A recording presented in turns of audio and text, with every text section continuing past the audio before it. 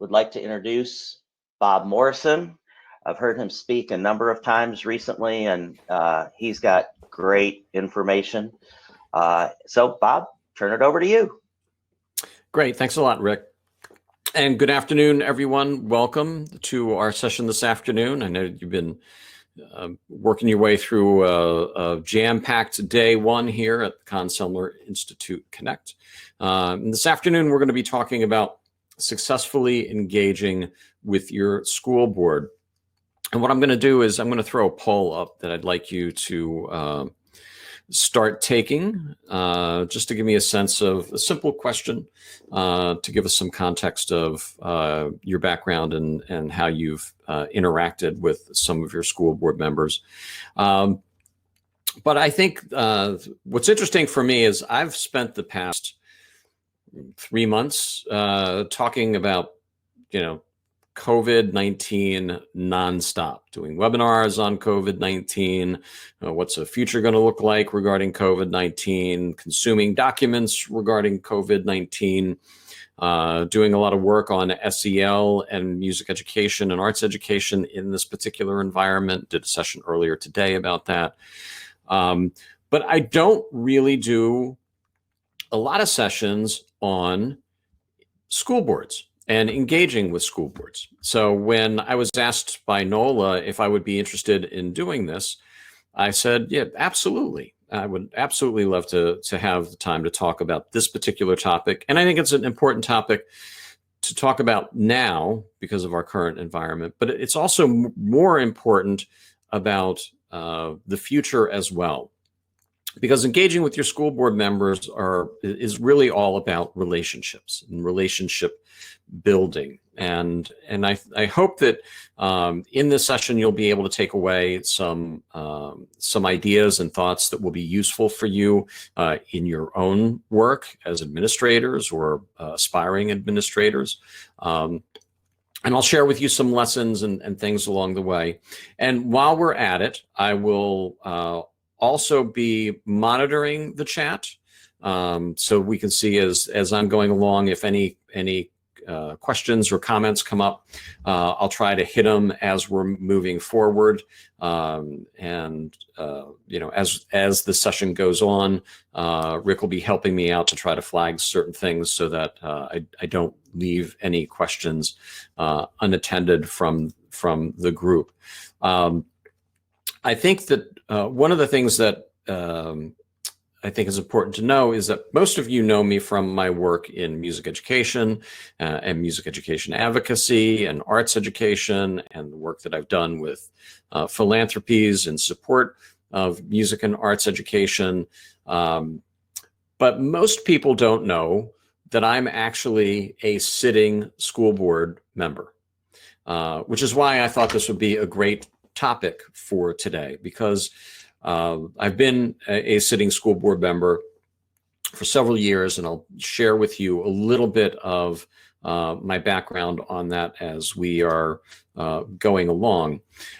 But what's interesting is that it's really given me some incredible insight, and actually it's made me that much a much better advocate on behalf of music and arts education, because I've had that experience, because I'm sitting at the board table, because I'm hearing the debates and the discussions and the things that are concerning to them when they're looking at the overall operation of a school district.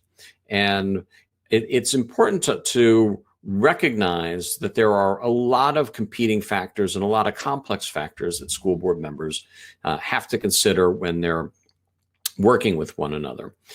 So I plan to present for about 30 minutes or so, and then spend the rest of the time engaging in conversation with you, answering your questions, and also maybe even hit on some topics that are not related to being on the school board, to see what you all feel like, because there's certainly a lot of other things that are going on right now.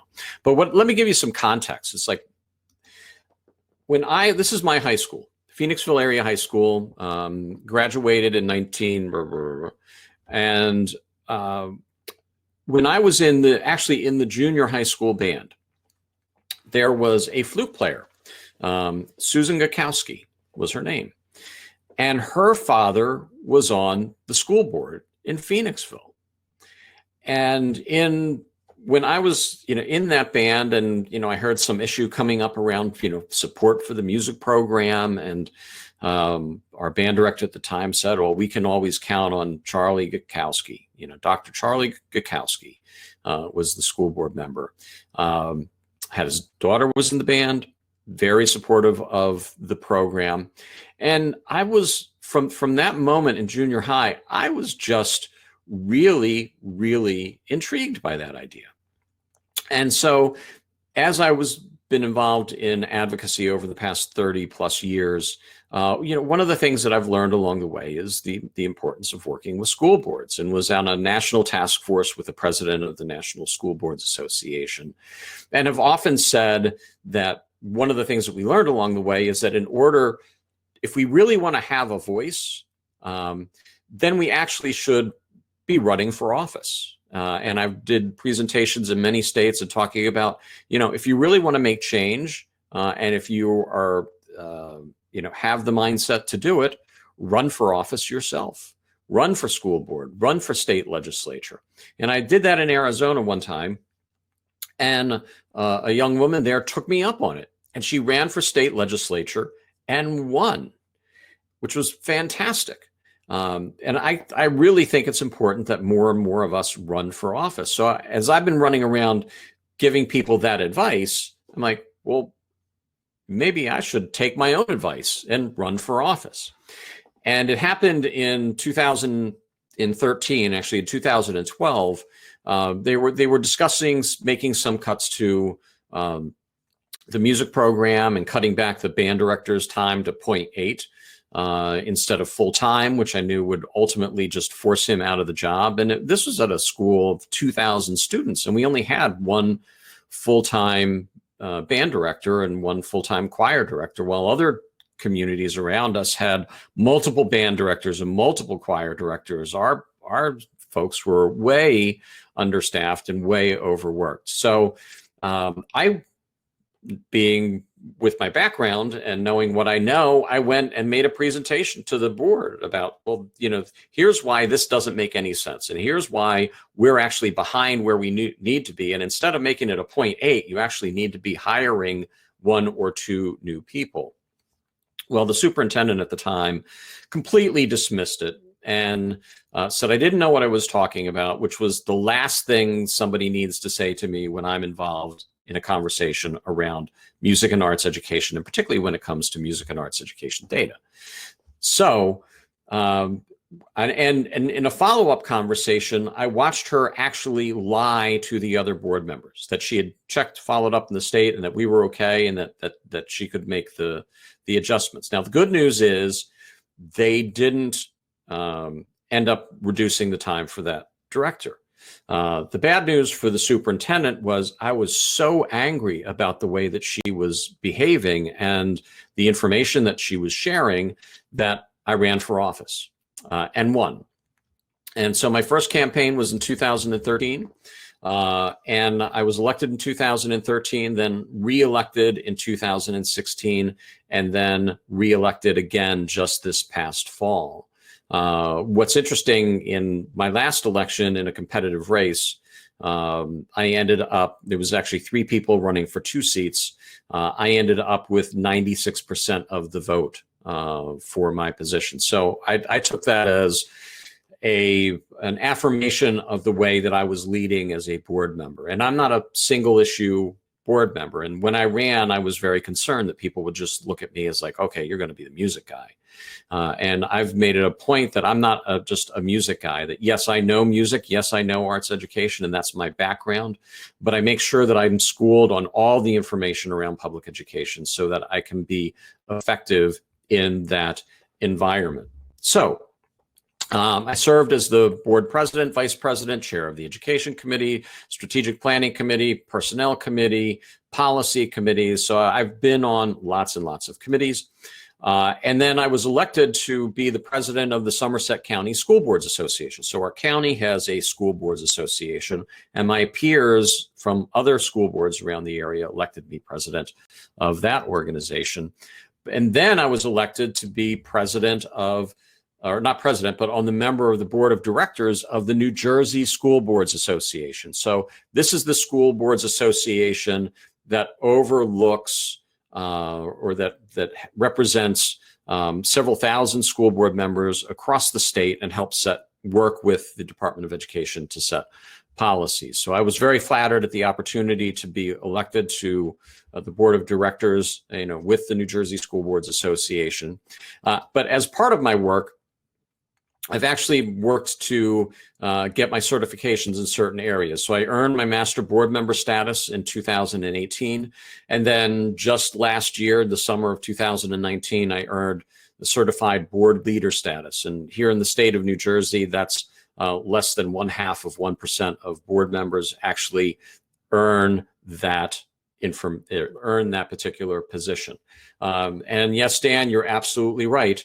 One of the things that I learned is sometimes misinformation is presented because they think board members don't know any better, which is why I've made it a point to make sure that I am up on all of the education policies that are being worked on, so that I'm not dissuaded by misinformation that may be presented or unknowingly presented to us, because sometimes that has happened as well. So that's a little bit of my experience. And so the thing that I wanted you to think about is, well, who are your board members? Well, your school board members are elected or appointed members of the community, often with parents with children in the district. Certainly when I ran, I had a son that was at the high school at the time, and my daughter had already graduated. Sometimes they're local business leaders that are just interested in how their taxpayers' tax dollars are being spent. And then oftentimes it might be somebody who's looking to get into politics. And so they figure, if I can run for school board, get elected there, if I do a decent job there, then it positions me and gives me some name recognition to position me to run for another office. And that happens often. You'll find that running for school board is the entree point for many people who continue on to develop political careers. Certainly not for me, because I enjoy being in the thick of it in education and education policies. But it is something that I really, enjoy doing. So the question is, what do school board members do? And this is something that a lot of people misunderstand. Often, and particularly when they run, it's like, I'm going to run for office because I don't agree with the way they're doing this, and I'm going to make sure they do it exactly the way I think that it should be done. And then once they get in, they realize, well, you as one person, you can't do anything. One of my first lessons when I was elected, a current board member took me aside and was teaching me a little bit about the ropes. He goes, the first lesson you need to learn is you have to know how to count to 6. I'm like, well, why do I have to learn how to count to 6? He says, because we had a 10-person board. And he goes, if you want to get anything done, you have to have 6 people agree with you. Nobody can do anything alone. You have to do it with others. So that means that you have to be able to convince others to do it. But there's one misconception. Many people think that the school board runs the school. We don't. It is not our job to run the schools. That's the job of the superintendent. She's basically the head of the school district, the CEO, for lack of a better term. And she's responsible for running the district. Our job is to ensure that the district is well run. And that's the job of the school board. The school board's job is to ensure that the school is well run. We have final authority over approving budgets, over hiring practices, over setting policies. And as a result, our job is to ensure they are well run. And Patrick, you're absolutely right. It's one of the things we talk about when we're training new school board members, that oftentimes people come in thinking that they can run the school. And there is a dynamic that exists between school board members and the superintendent. And there's always a little bit of tension. There's always a little bit of a tug of war of turf. You know, whose turf is the decision on? And sometimes administrators will try to take some of that influence and responsibility and power away from school board members and take it for themselves. And sometimes the school board members will try to take some of that power away from superintendents and reserve it for themselves. That's part of the dynamic. You kind of see that going on, you know, in Congress with the White House. You know, sometimes, you know, they're pulling on each other. Who has the authority or responsibility? Well, we do. Well, no, you don't. Well, we do. And sometimes that happens. And in certain instances where you have a strong board and a weak superintendent, you can actually be in a situation where the board is running the school. And that's really not a great way to do it. Because, again, most school board members are not educational professionals. The educational professionals are the superintendent and the administrators that she hires to make sure that the school district is well run. So with that, I think it's really important to understand. Now, real quick, I'm going to talk about what do school board members think about arts education in particular, and then I'm going to walk you through some of the lessons. So here in New Jersey, we've got through our school board association, because of my many years of advocacy involvement here in the state of New Jersey, our school board magazine came out in January, February, a whole cover story, lots of articles on the inside talking about New Jersey being the state of the arts, where we're the first state in the nation to document providing universal access to arts education for every student in every school building across the state. A big 12-page spread, multiple articles, a letter from the executive director of the School Boards Association, everybody talking about the importance of music and arts education. And in fact, we had a press conference back in September where Governor Murphy came out to celebrate the achievement of arts education for all students here in the state of New Jersey. But in that article, we actually, every year at Arts Ed New Jersey, we poll school board candidates to find out what are their positions regarding arts education. And I wanted to just quickly share with you some of the findings that we have here.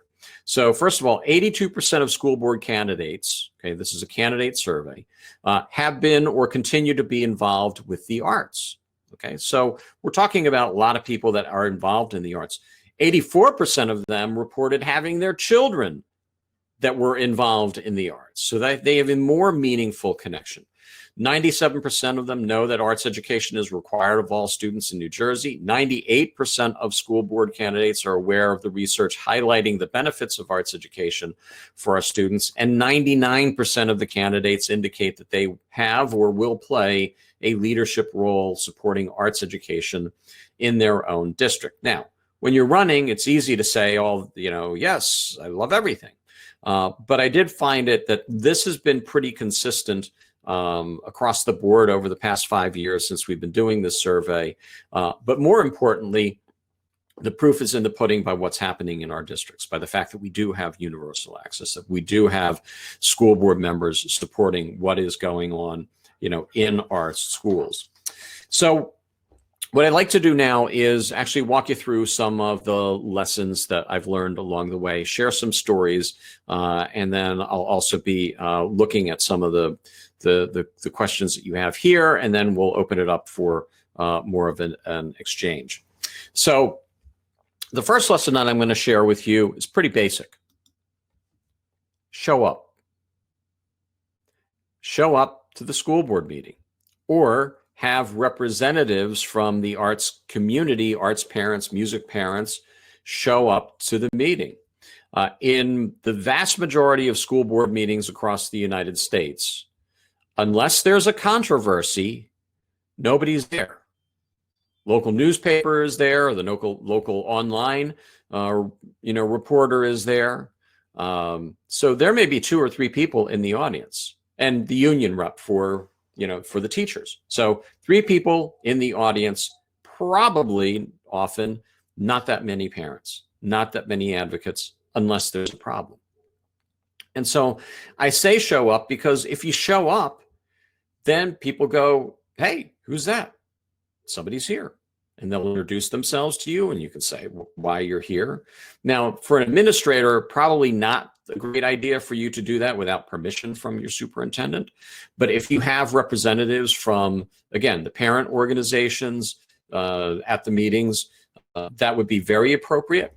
And they don't have to be there because there's anything going on. Just watching the process, just being seen, just letting them know that somebody's paying attention sends a really, really strong message. So I would really think about always, and I know some districts where they always have a parent at the meeting, always, so that they can know what's going on, so that they can follow up, and particularly so they can monitor the budget process, because that's, a long drawn out process. And it doesn't start when they're voting on it. It actually starts when they start talking about it back in the fall. So having somebody there all the time is really important. But just show up. If we have 5 people at a school board meeting, it's a stampede. And, we're like, something must be wrong. There are 5 people here. And you'll find that same is true in most districts or most school districts across the country, with the exception of maybe our larger school districts where they're handling, larger students, and they may have more prevalent issues going on. So showing up is the first thing that I would recommend. The second thing that I would recommend is bring students. It's always a great opportunity to showcase students. Even in this environment, I've heard of students actually coming into a school board meeting via Zoom and either singing solo or performing solo at the beginning of a school board member or school board meeting. School board members always love to see their work in action. And they spend so much time in committee meetings and reviewing budgets and dealing with all of these other issues that they have to deal with. It's rare that they get to see the fruits of their labor. What are they investing in? What are the rewards of that work? So having those opportunities to showcase the students, in some sort of regular basis helps make your program visible. And people are talking now, well, how do I make my program visible in this kind of environment? Well, volunteer to have some students show up, or have them perform or record and present a recording at the school board meeting. There are ways to be present. And the whole idea of having folks present, either virtually or when we get back to where we're not virtual anymore, is really, really important. The next point I want to share with you is to engage with school board members when you don't need something. Oftentimes, what will happen is people will go to the school board members and start writing them when they want something, when they need something. I need money for this. I need approval for that. We're trying to buy new instruments. We're trying to do other things. I need. If all you're doing with your school board members is just asking for stuff, that's not great. That's not building a relationship. It's a one-way relationship. Now, in our poll, 67% of folks, when I asked the question, have you ever had a conversation with a school board member that was about something other than school? Well, the good news here in this poll that 67% of folks said that they had, 32% have not. And I think that that's the point that I'm trying to make here, is that, it's about relationships. And the best way to develop those relationships is to have an ongoing dialogue that isn't always around when you're asking for something, when you need something, but actually lets them know that you're connecting on a human basis. And I love this thing that Michelle put in here. We wrote thank you letters to board members for their guidance in our distance learning. They will remember that. They will remember that. That will, and I'm going to hit on that point that will resonate with what you just wrote here, Michelle. So if you engage when you don't need something, make sure that when you ask for something, that it's meaningful. All right. Don't arm wrestle over every little thing. every little thing. I was reading a post recently about a school district that were threatening to eliminate their elementary music position. And they were also cutting $50,000 that was in the budget for band uniforms for the coming year. And the message, the advocacy message that they sent out was to advocate for the $50,000 for the band uniforms. And oh, by the way, so could you please keep the elementary music position?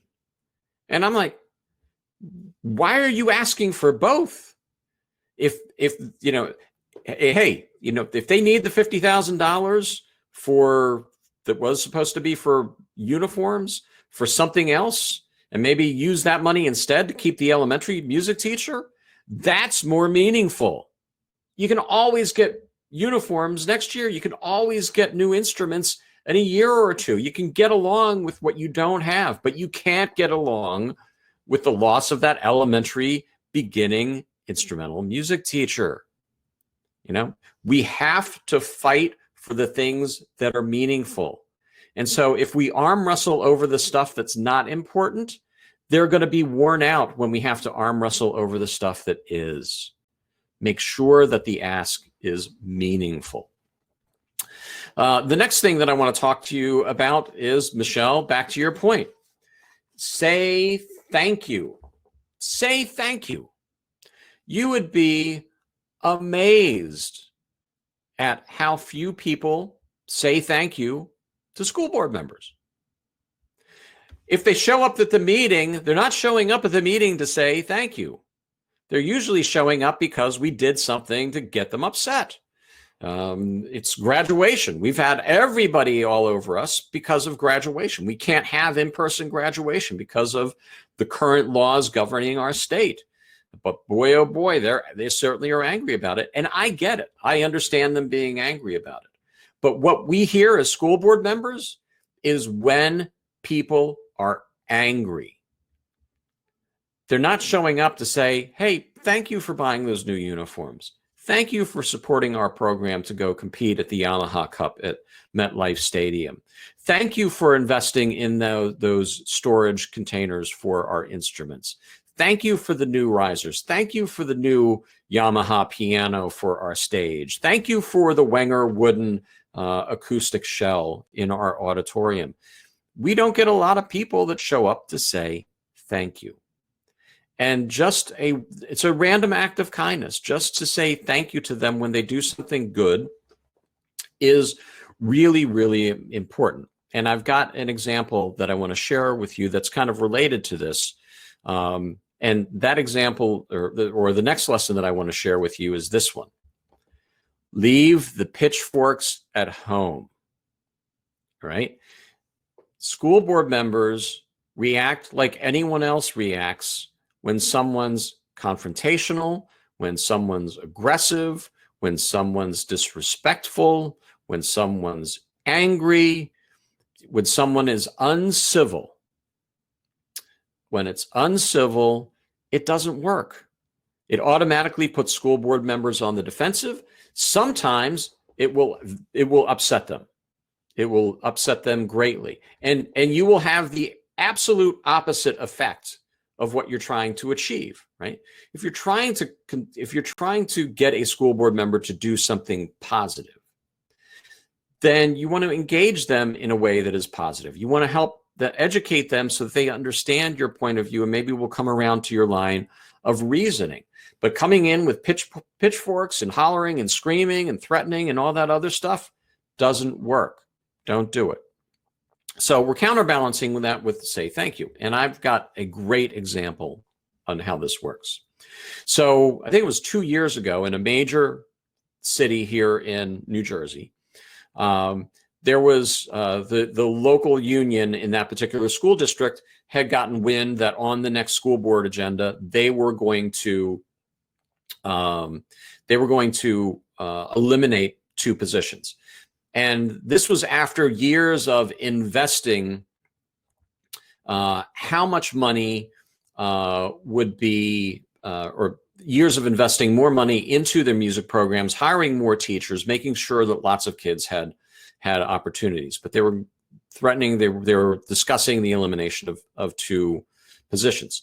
And so I got wind of that this was what they were going to do, and they were concerned, and they were putting an advocacy battle together in this particular district. So with my advocacy hat on, I'm sitting there, and my experience as a board member, they were saying, we're going to go in, we're going to challenge them, we're going to bring union members with signs, and we're going to be all over them. I said, you can't do that. Don't do that. It will backfire on you, and all the goodwill that you have built up and all the investment that they have put into the program is going to go right out the window. And so instead, I gave them an alternative strategy. I said, here's what you do. You leave the banners at home, you leave your t-shirts at home, and have some of the music teachers come in and bring some students. You said that they just invested in new instruments and a new string program at the middle school. Bring the middle school students into play and have them perform for the board members at the beginning of the meeting before they decide the fate of those 2 positions. And said, and the next thing I want you to do is I want you to have a representative of the community come forward and say thank you. Say thank you. Thank you for investing all of those dollars into those new teachers so that we could help restore instrumental music programs into our schools. Thank you for the investment in the instruments. Thank you in the investment in the schedule to allow them to do that. Thank you, thank you, thank you. And that's exactly what they did. And not only did they not lose those 2 positions, but at the end of that meeting, the school board added another position. It's always better to leave the pitchforks at home and thank people for what they've done instead of going the other way.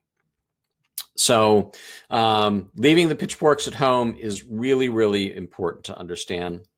And then the next one is school board members are people too. That's right. We have feelings, we have emotions. So when you come in and are hollering and screaming at us, it can hurt our feelings. It's like the old saying, that Dr. Tim likes to say, you don't get anyone to be better by making them feel worse, right? And same thing is true for school board members. You're not going to get them to be better by going in and trying to make them feel worse. It just doesn't work that way. So I think understanding that they are people too is really valuable and really important. And I think something that you just need to remember when you're interacting with them. So here is my recap. So show up, attend school board meetings or have parent representatives attend, bring students, offer to provide student showcases, maybe once a month, like somebody had mentioned here in the chat, or even each board meeting. That may be a little in a larger district. That's more manageable because you have more schools and programs to choose from. Engage when you don't need. Don't always be out there with your hand out. Gimme, gimme, gimme, gimme, gimme. And when you have an ask, make sure it's for something meaningful. Also say thank you. And remember that school board members are people too. And then the last point that I'll leave you this before I'm going to turn to the chat and try to answer some questions, and maybe if I see some poll suggestions, I'll try to throw some things up here as well. Run for office yourself. Do it. Here in New Jersey, we often have contests that are run where they're uncontested, where they're running by themselves. There are campaigns where there are seats where there's nobody filed for the seat. Run for office yourself. I can honestly tell you that it's been one of the most fulfilling things that I have done, being able to actively contribute in that environment, bring my expertise and knowledge in a way that helps serve our community and serve the students in our community. But it's made me a much, much better advocate. And it's opened up a whole series of doors and circles of influence that I never had access to before, that I've been able to draw upon when we're now in this COVID environment, because I know all of the heads of all the different education associations, and I can call on them when we need them now to support our arts programs and make sure that they don't change how they're thinking about what should be made available in our educational expectations, some of which I'm going to talk about tomorrow in the keynote address. But run for office yourself. It's been very, very rewarding for me. And if you love education, if you have the energy to do it, I know most of you have very consuming jobs. It's certainly worthwhile. So with that, let me turn to the chat here. So I got some things that are coming in. How do we know when it's appropriate to speak with school board members about issues and not violate a chain of command? So usually the way that it works, chain of command is really important. I think it's always, particularly if they have a student in your program, that's the best way to develop that rapport with them is around what you're doing with your program. Oftentimes I talk about the fact that every engagement with somebody is an advocacy moment. Every time, advocacy is something that you are, it's not something that you do. So whenever you're talking to a school board member and showcasing your program, or if they have a student in the program and you are able to converse with them, you can always highlight something that's good. Hey, it's great to see you. Did you know that we just got 15 kids into the region band? Or, hey, did you realize that the choir program had a fantastic performance and got superior ratings at the festival that they just attended? Or that we had 5 kids make it into all state, or 7 kids go off to major in music? Whatever it happens to be, use it as an opportunity to promote your program. But you do want to make sure you don't violate chain of command. Now, there are some superintendents that will not allow anyone to talk to the board members, which is why you have parents that you want to activate and have them work as eyes and ears and proxies in those environments. But where you have superintendents that are not as concerned about direct communication, be careful that you're not going around your administration when you're talking to them, but certainly use it as an opportunity to build up those relationships, because this really is all about relationships. Mike, I see, given boards work with the big picture, how should one approach the board when it can be considered a pet project? Speaking about our programs, well, you're not really speaking. It's not really a pet project, right? The music program is part of the overall education program. And just like talking about or celebrating athletics, and just like talking about and celebrating any other extracurricular activity or co-curricular activities, it's okay to talk about the things that you're doing. It's okay to showcase the things that you're doing well. It's okay to let them know, hey, the investments that you're making here are really providing a return on investment for our students. They want to know that. So now it's another thing if you're going in because there's some sort of tweak that you're trying to do that really is a pet project. Again, I talked about the asks being something meaningful. Don't waste pet projects on meaningful asks, but do not look at your program overall as a pet project, because it really isn't. Let's see. Have you dealt with any adversity via social media keyboard pirates? That's scary. I have not really. I mean, I've seen it. I've seen people engaging in various levels of discourse on Facebook and Facebook groups. I'm active on Facebook, and I let people know when I'm speaking as a member of the board. Most of the time when I'm interacting on Facebook, I'm interacting as myself. And remember, no individual can take action for the entire board. It is only when the entire board is assembled or a majority of the board is assembled that the work can actually get done. So I can't promise you that we're going to make something happen. I can say I will make sure that I bring it to the proper people to discuss, or that we'll bring it to the board and we'll have a discussion, but no one can actually give you that advice. But as far as keyboard pirates, we haven't seen them that much in our particular district. So, Amy, if you want to send me an email or something and explain it a little bit more detail, I would be happy to do that. Linda was talking about helping school board members during their campaign. that certainly works. That develops a relationship. You're able to exercise your First Amendment right to support a particular candidate. Just be careful, because it always works well when the candidate wins. Sometimes doesn't work out so well if the candidate isn't successful. So yes, support them if you believe in them and they believe in what you're doing, but just be careful along those lines. So Joe had a great idea for a poll question. How many of you know the names of your school board members? So I'm going to see if I can't create that right now.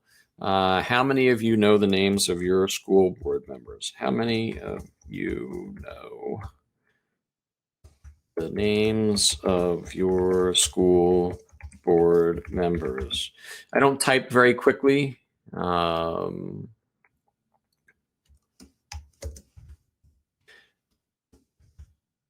we go. I'm going to preview it. I'm going to publish it. There you go. So there's a new poll for you. And before we close out, I'll make sure that I share that with you. Have I ever had a negative conflict with a superintendent? I have. I have. And again, I always try to provide justification and resources and information for my particular position and ask that she do the same thing. And, on occasion, we've not agreed. We've actually agreed to disagree. But we've always been respectful, right? And she always knows that if I'm challenging something or if I don't agree with her on something, it's not because I'm playing an angle or I'm trying to be obstinate. It's usually because I have a pretty strong belief in something. Now, I won't, if it's a little thing, I won't bother with it. But if I believe that it's really something important for our students and that we're making a critical mistake, then I'll speak about it with her, and I'll also speak about it with other board members. Because again, part of my job is I have to make sure that I have enough votes if I'm trying to push something through, or if I'm trying to stop something from going through, I have to have the votes. And that's where my relationship with my other board members comes into play. If they see that I'm working hard and that I'm coming to the table and I'm doing the homework and I'm prepared and that I'm rational when I'm making my arguments, they're going to listen to me. And again, I don't always win every particular point that I may be contesting, but I know that people understand that I'm doing it for the right reasons. Are most of your superintendents appointed or elected? How does that change the dynamics? Our superintendents here in the state of New Jersey, they are appointed by the boards, the boards of education. And as a matter of fact, I would argue that that is the single most important job that we as a school board have, making sure that we hire the right person who's going to lead the organization. They are, in essence, the CEO of the school. And their initials here, we call them CSA, Chief School Administrator. That's their job here. So Karen, I'm looking for Bethany's question. Bethany, there it is. If we haven't been as involved with our school board and we start becoming more present at this time, do you feel it'll take it differently during our current situation? My concern is coming off that we're only vocal now because we fear our programs are being cut in this current time. No, look, I think that your parents should be out there. Decisions that are being made right now are impacting the programs. And not only should your parents be out there, your students should be visible. And they should be taking an active role in this, because this is their education that we're talking about right now. And they're the ones that are going to be impacted. But look, people are making this up on the fly right now. If you think that everyone at the administration knows what they're doing, or that everyone at your State Department knows what they're doing regarding COVID and the guidance that they're giving, they don't. They don't.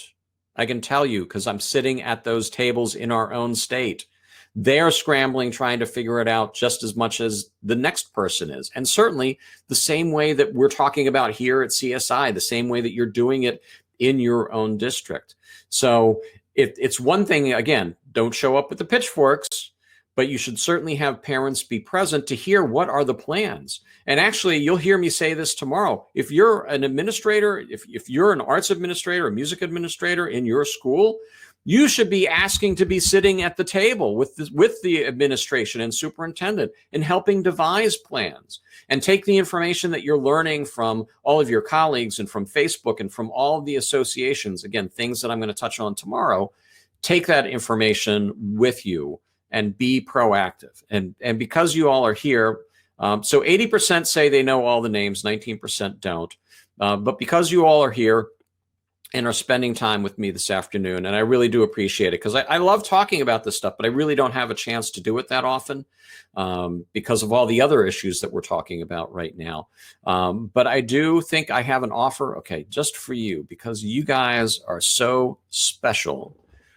I'm giving you a link to my private stash of COVID-19 resources that has state opening plans, and it has a lot of the research that's out there, and it has lots of other information that's available for you. I'm actually going to talk about this tomorrow in the keynote, but I wanted to make sure that I gave you all access to it again, so that you have some information that you can take with you.